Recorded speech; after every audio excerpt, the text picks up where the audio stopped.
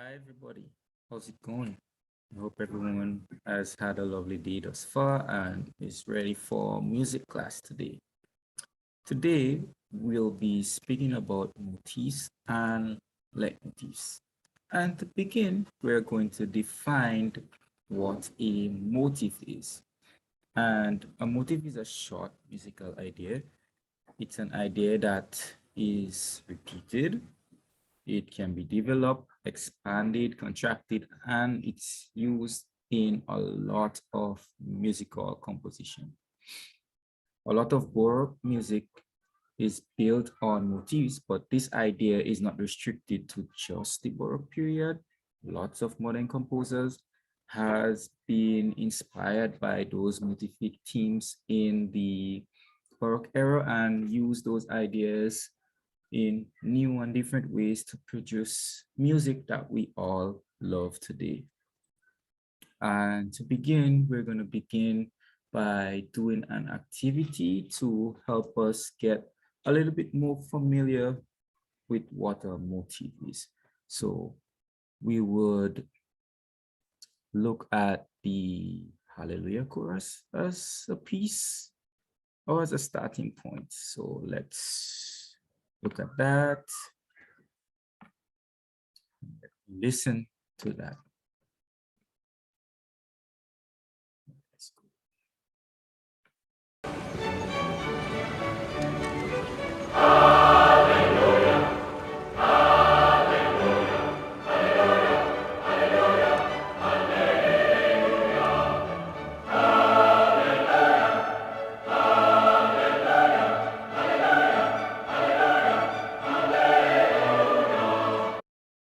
All right, so I don't know if you guys heard it, but there were a couple of motivic themes. Well, you can look at it separately or you can look at it as one, but today we'll look at it as probably like three different motifs. So, but before we do that and break that down, I'd like to point out that this piece, it was written by George Frederick Handel. He was a composer in the Baroque period. This piece is Baroque, even though it's not as contrapunctual as most Baroque pieces are. And he presented the motif in a kind of block chord structure. Yeah, so it's not as contrapunctual as other Baroque pieces. So we'll look at it, we'll listen to it again, and then we would write out our motivic theme rhythmically, at least. So.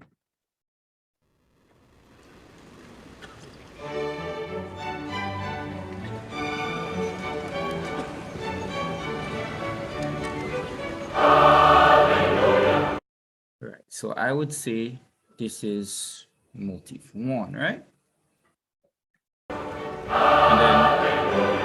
And then it's repeated, right? So let's make a note of motif 1, right? So now we're going to open up our software, or we're going to use pen and paper, and we're going to write down motif 1. Right, so motif 1.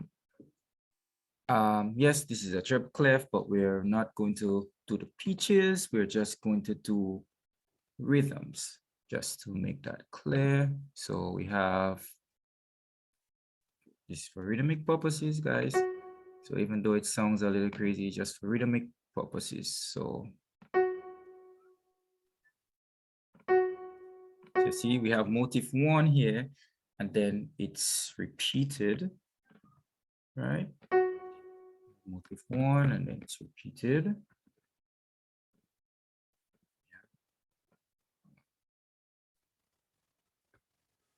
That, then we have motif 2. Let's see what motif 2 is going to sound like.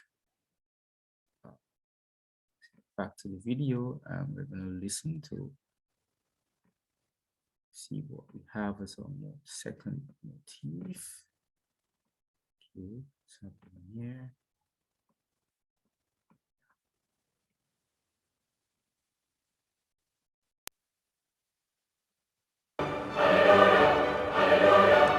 I would say this is motif number 2. See, ta ta ta ta ta ta ta ta, right? So let's make a note of motif 2. A note of motif 2. Might not be as accurate as the recording, but we just want to get the main patterns in. So this is motif 2.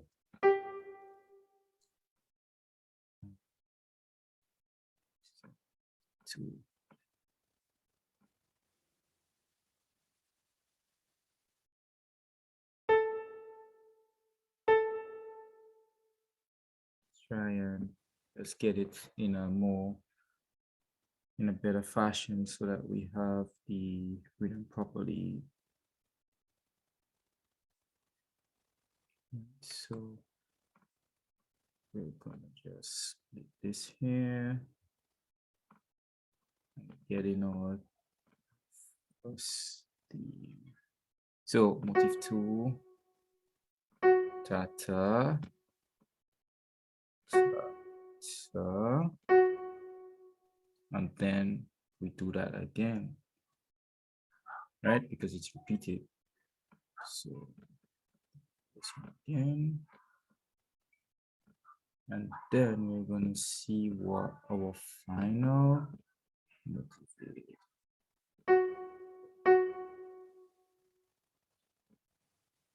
Beats might not be accurately placed, but we just want to have this mental picture of what the motif looks like rhythmically. Right? Then we're going to have the third motif. Let's listen again and see what we can hear.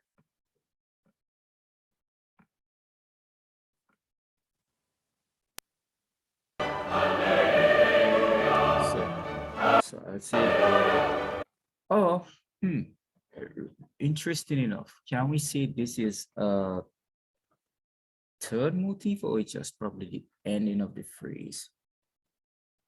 Let's go with it's the ending of a phrase. So we really and truly have two motivic patterns, right? So we wrote them out, we saw what they are. Now let's listen again. So let's see what else we can pick up from this development.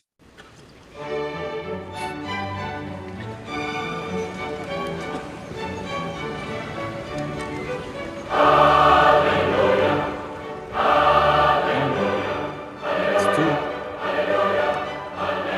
End of phrase.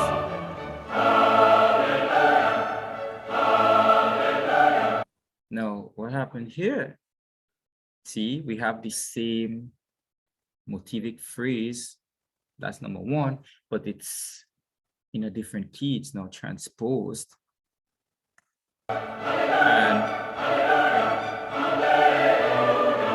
And motif 2, and the ending of the phrase was also transposed, right?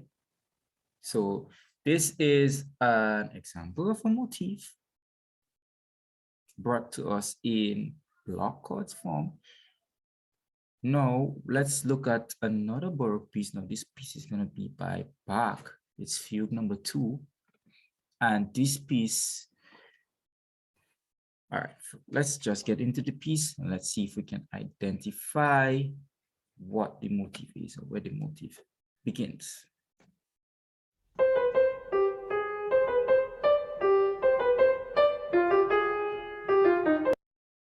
So I stopped it here before the bass or the next part comes in.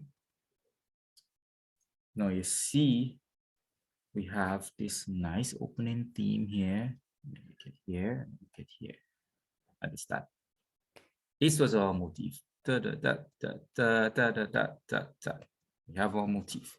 Now, as we listen through the piece, remember we said that a motif is a short musical idea that is repeated, and it can be expanded upon, it can be developed, or it can be contracted. So let's see what happens in this piece, how Bach uses this motif to create music.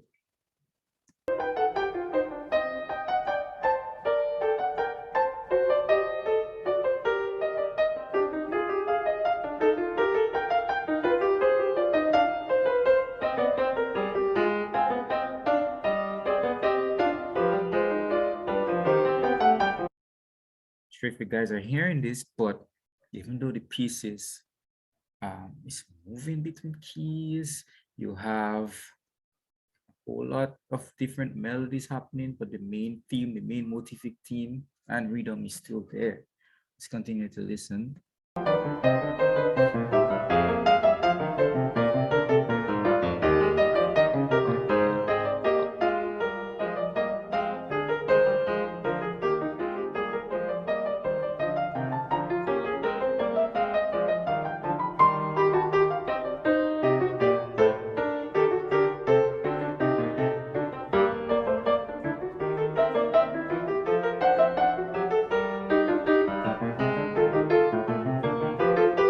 See, and all of that development, expansion, like, whoa, it's the same piece. We still have the motivic theme. See, right? We still have that theme going throughout. This is how we can identify a motif in a piece of music. Now, we also have another, I don't know if I should call it, well, I think I would call it another aspect of a motif or a very similar concept, which is called the leitmotif.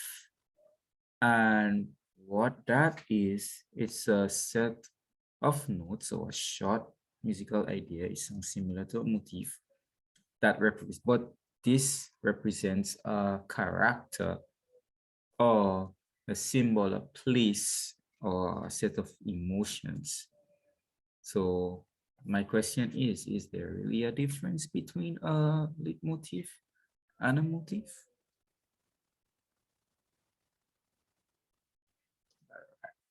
Guess we can answer that question later.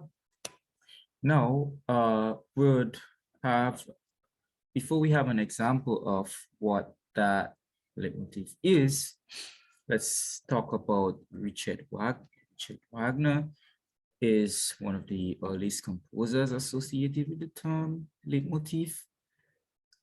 He was first a poet, but he switched to music and becoming a composer.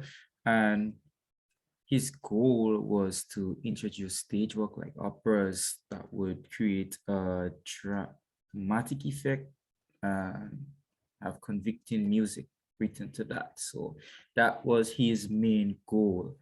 And though there are many examples of leitmotifs, seeing that Wagner is one of the first composers to really, get into that and to be such an influential factor in composing, we will look at an example by Wagner. And that example is Tristan und Isolde, right? It's a long story, but we're just going to focus on the part where Tristan drinks the potion of friendship, even though he suspects that Isolde would poison him or poison them both.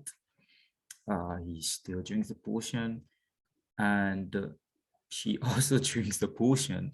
But then they realized that it was not poison after all. It was just a love potion, and then the music also shows that change in the dynamic of the scene.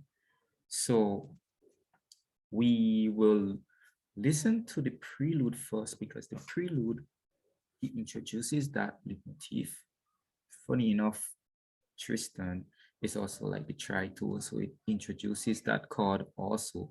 But yes, we are going to listen to the prelude where the motif is introduced. It somewhat depicts or foreshadows the doom love between Tristan and Isolde. So we're gonna hear that theme, though we're not gonna watch the full opera.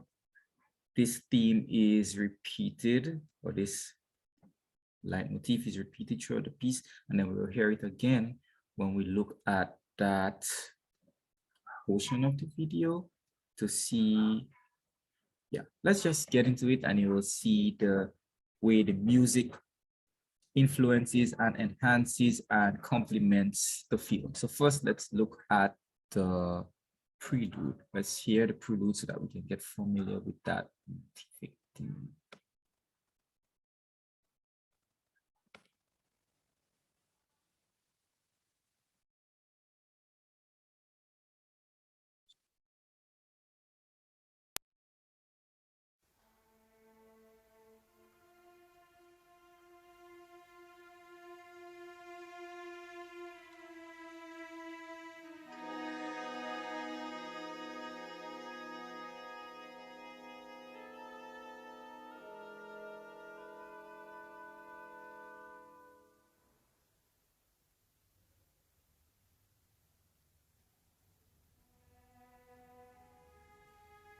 What's it now?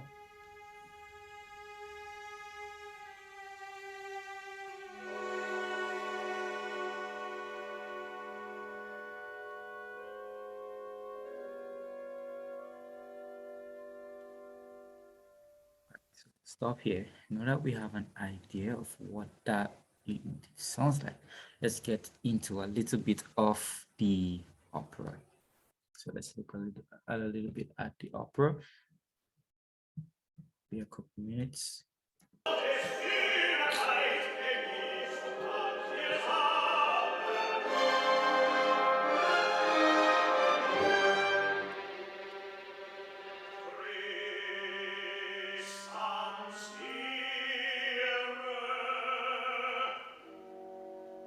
It kind of creeps in there, but it's like slightly modified.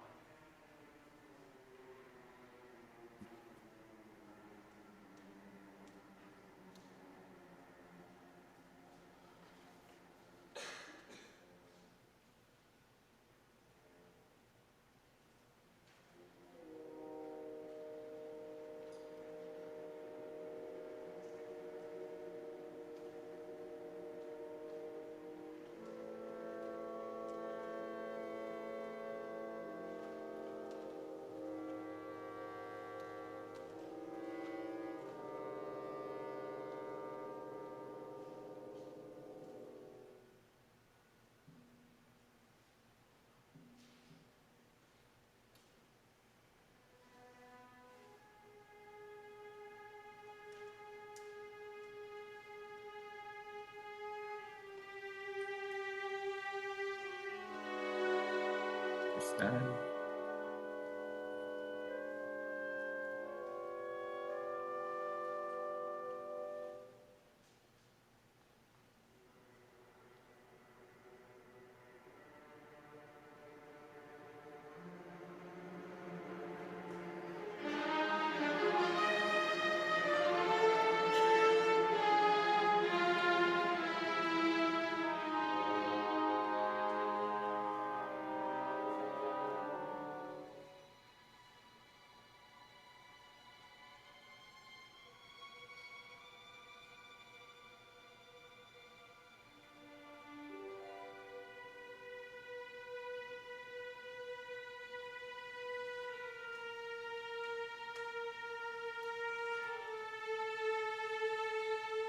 Listen, listen how it transitions from that like dark, gloomy, fearful state.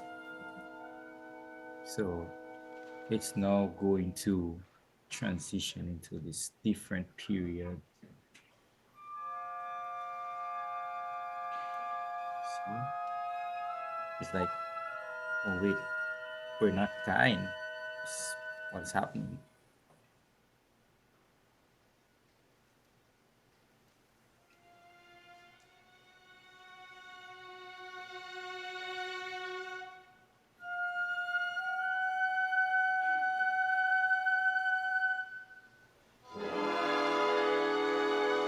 See?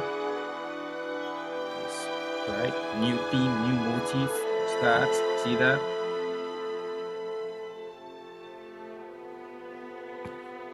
We will stop it here. So you see the effect that Leitmotif brings to music or even a piece of film can really make a difference. It really painted the picture of, hey, well, I as read and researched, you saw that this piece of this specific theme was meant to hint and to show like doom love between the two of them. And you see how it came in after the during the potion, but then after that it transitioned out of that and went into almost like a kind of more happier ending. Let's look at another example of that. And this one, I think will be, a lot of us will be a lot more familiar with this one. Character leitmotifs have created some of the most famous movie music in history. Great character leitmotifs are inseparable from their characters. Perhaps the most iconic use of a character leitmotif can be found in Jaws. You're gonna need a bigger boat. We all know it.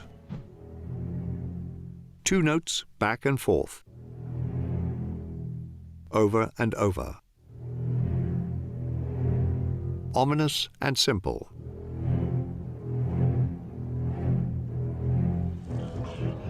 Anytime we hear these notes, we know that the shark is near. Steven Spielberg and composer John Williams established this connection from the first scene and used the association through the rest of the film. Part of the genius of John Williams is how he spots music and how he places music in a movie. John did not want music to celebrate a red herring. He only wanted music to signal the actual arrival of the shark. The shark's leitmotif is particularly crucial because for a large portion of the film, the shark is never seen. So the only way we know it's approaching is through sound rather than sight, creating an even more terrifying effect. You see the use of motifs and leitmotifs. Yes, I said I implemented the word motif because something he said in the video answered our question. Remember we asked earlier, is there really a difference between a motif and a leitmotif?